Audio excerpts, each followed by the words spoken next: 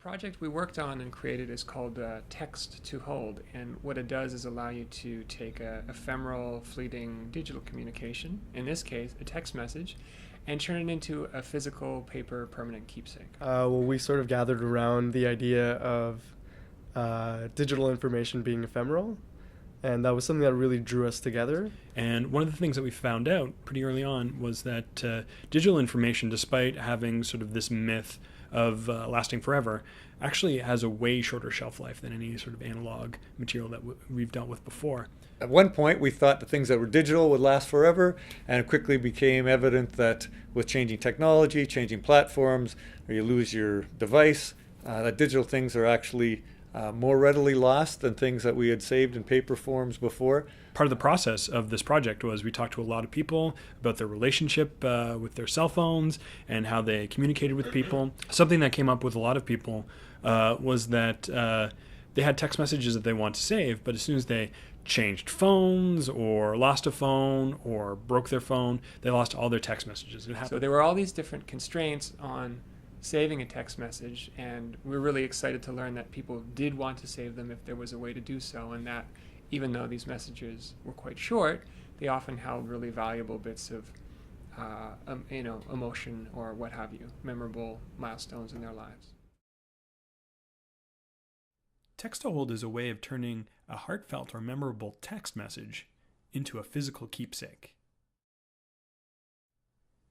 To use text-to-hold, a user forwards a text message to our phone number. This works with any phone. As long as you can send and receive text messages, you can use text-to-hold.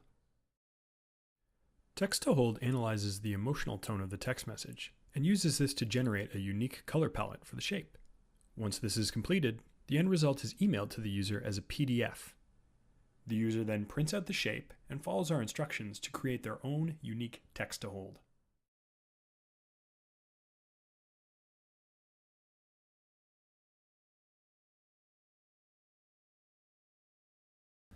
Basically what the SMS modem does is it talks the language of the phone in order to take that text message and sort of interpret that and then relay that message into our system.